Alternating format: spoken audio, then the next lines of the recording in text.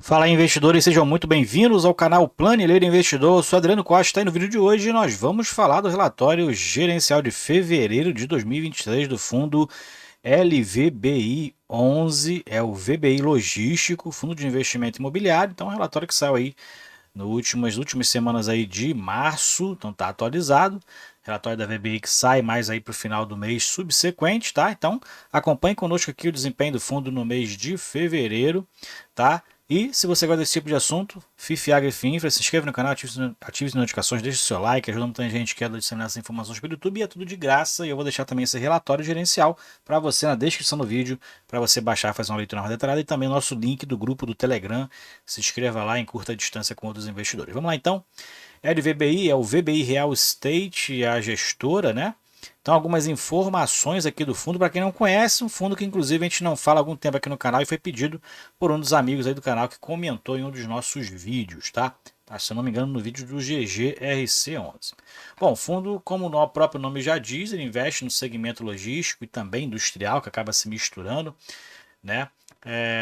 E indiretamente também tem ações e cotas de sociedade de propósito específico, cotas de fundos de investimento imobiliário e cotas de fundo de investimento em participações.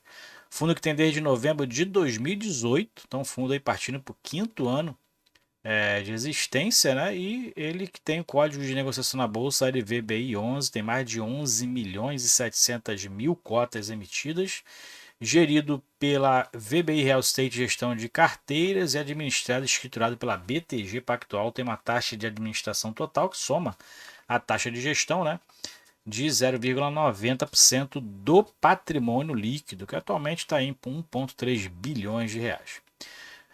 Bom, mais para baixo aqui a gente vai ver algumas informações, um resumo aqui, alguns indicadores. O fundo que tem 1,3 bi de patrimônio, né? Não sei aqui quanto tem de ativo, a gente pode ver, vai ver mais para baixo. Pagou na última, no mês de fevereiro aí, 72 centavos por cota. A gente vai ver essa evolução também desses dividendos aí mais para baixo. O valor patrimonial da cota 115,57, atualmente sendo negociado em torno de R$ 93, R$ 94 reais no mercado. E isso dá um valor de mercado aproximadamente de 1,1 bilhões de reais. Dividend yield anualizado 7,5%, tem atualmente 0,5% dos seus ativos em caixa, né? Tem em torno de 16 milhões em caixa. E aqui a gente vê que 98,2% então dos ativos são imóveis, objetos aí do fundo, né? E o volume médio de negociação na Bolsa de Valores, 1,7 milhões no mês de fevereiro, que ainda teve menos dias ali, né? Mas a média acaba se mantendo, 1,7 milhões, até que não é tão ruim. E o fundo tem atualmente um pouco mais de 68 mil cotistas na sua base. Se você é um deles, então se inscreve no canal e ative as notificações, deixa o seu like, dependendo do desempenho do vídeo, a gente pode fazer aqui acompanhamento mensal religioso, como a gente fala aqui todos os meses, acompanhando o que a gestão está fazendo. Bom, aqui ele fala sobre os rendimentos, né? Então, alguns impactos aí em relação às lojas americanas, que é a locatária do fundo, né? Que é a inquilina do fundo. A gente vai ver esse impacto um pouco mais para baixo. O fundo distribuiu, teve o resultado, na verdade, de 73 centavos por cota, impactado negativamente em torno de 4 centavos por cota do recebimento, o não recebimento de parte do aluguel lá das lojas americanas. Então a gente vai ver essa questão mais para baixo. Gestão comercial, o fundo fala que no mês teve a alocação do módulo do galpão G7 no ativo extrema que estava vago, né? 3.300 metros quadrados. Dessa forma, então, o ativo passa a ter agora 100% de ocupação. Então, o fundo aí diminuindo a vacância do fundo, né, que está em apenas 0,5%, né, e fala aqui, ó, no final o fundo possuía 2.200 metros quadrados disponíveis para locação, o módulo do ativo lá de Itapevi. E agora então com 0,5% de vacância dos menores aí dos fundos de logística, né? Então o fundo aí tá interessante. A vacância aí bem baixa mesmo, tá? E ele fala que sobre a gestão operacional, fala da emissão do Habits aqui no ativo Cajamar, então tá aqui mais um aí, um ativo entrando em operação. Aqui ele fala sobre os comentários, mês de fevereiro, desempenho aqui do ativo, onde tem a Americana lá como inquilino, né? Então a gente verifica aqui, ó, o ativo Aratu atualmente está 100% locado, como fala aqui, mas grande parte dele locado para as lojas americanas, tá? do ativo G2. O fundo tem mais de 100 mil metros quadrados, onde 70% do ativo o fundo tem participação, como ele fala aqui, né? Então a loja Americanas aí tem muitos módulos locados, em torno de 70% aí. Na verdade, grande parte é locado para lojas americanas, não sei se é exatamente 70%, mas o fundo tem 70% de participação e todos esses módulos aqui estão locados para as lojas americanas. O impacto negativo nos resultados veio exatamente dessa questão das lojas americanas, tá? Fatos recentes aqui, a questão da recuperação judicial, então o fundo teve aí o recebimento parcial no mês de fevereiro, né? O recebimento integral do fundo seria em torno de 7 centavos por cota. O fundo recebeu ali em torno de 3 centavos por cota, referente a aqui no dia 13 do 12, e no dia 24 o fundo acabou tendo ali, fazendo uma judicialização, uma ação de despejo, né? E aí a Americanas havia também feito um novo pagamento proporcional também, complementar de 1 centavo por cota, referente a janeiro, e atualmente então devendo ainda para o fundo 3 centavos por cota referente a janeiro. A gente não sabe aí se fez esse pagamento, eu não acompanhei, né? Mas é o impacto exatamente que aconteceu então no mês, né, no resultado do mês de fevereiro. Então, o fundo aí tem procurado garantir os direitos aí em relação a esse inquilino, tá? Aqui é a linha do tempo, não vou fazer essa leitura, você pode depois baixar o relatório e fazer aí um acompanhamento de como o fundo teve a sua evolução, né? Aqui fala dos rendimentos. Então, exatamente os 3 centavos não recebidos da Americana foi o impacto aqui nos proventos do fundo, né? Mesmo assim, o dividend yield está bem interessante ainda em relação ao valor de mercado, 9,2% anualizado, né? Tá bem interessante aí o dividend yield do fundo, né? E tá bem descontado também, ó. Fevereiro fechou 94,34 e atualmente o valor patrimonial do fundo 115,57. Então bem descontado aí o fundo bem diversificado, né? Não tem na carteira ainda, mas ele se encaixa perfeitamente dentro da minha estratégia, né? Estou estudando o fundo e acompanhando como os outros fundos que também eu faço aí que esteja dentro da minha estratégia de investimento. Rentabilidade. Então, aqui ele faz o comparativo da rentabilidade em relação às emissões, né? Então, é uma forma de fundo aí de demonstrar a rentabilidade do fundo. Quem participou em 2020 da terceira emissão de cotas está com uma rentabilidade negativa de 4,2%. A cota lá foi de R$ 118, né? O dividend yield está em 15,8%, mas a desvalorização da cota nessa emissão está em 20%. E as outras cotas aqui a rentabilidade total tão positivas a quem participou das outras emissões. Bom, mais para baixo a gente verifica que a liquidez no mercado, a gente já viu, né? A questão da liquidez, está em torno de 1,7 milhões falando de negociação diário, né? Está se mantendo ali em torno ali 1,7, 2 milhões aí de média, né? E aqui o número de cotistas aumentou um pouquinho em relação a janeiro, em torno de 1.300 cotistas na sua base. Aqui é a carteira do fundo. Então a gente verifica que a única participação parcial que o fundo tem dentro dos seus imóveis é no Aratu, onde exatamente está as lojas americanas. Lá tem 7 inquilinos, então o fundo tem 71 mil metros quadrados lá de participação, que corresponde a 13% da receita. Então é a segunda maior participação em relevância em relação ao total da receita recebida, perdendo apenas para o ativo de extrema, onde o fundo tem ali uma área bruta locável total superior, né? E ali corresponde a 25% da receita do fundo, tá?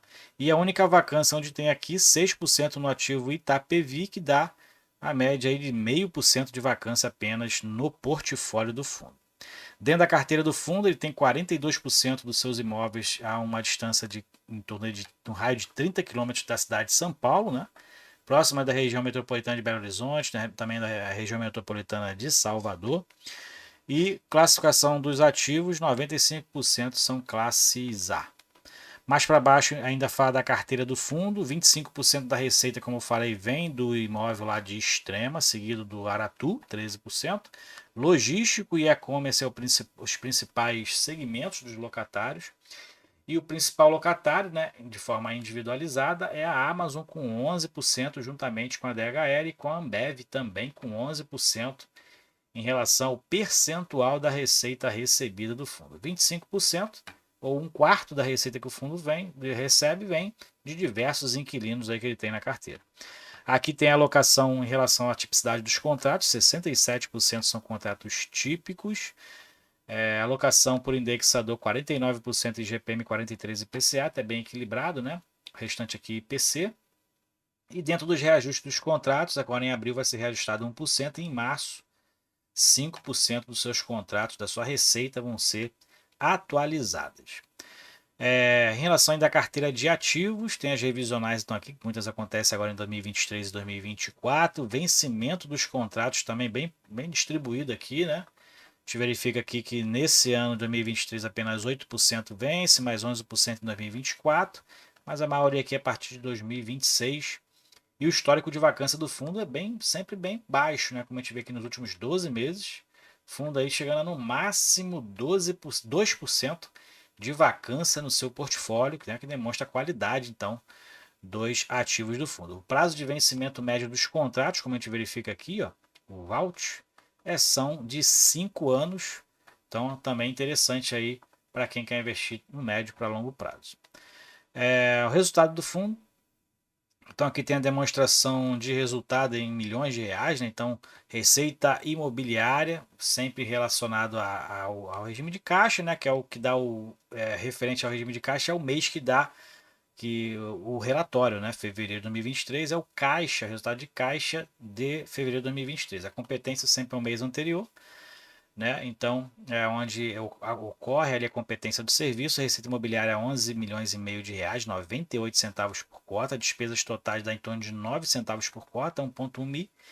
E aqui, resultado operacional, deu 89 centavos por cota. Tem as despesas financeiras, que aí normalmente é o serviço da dívida, né?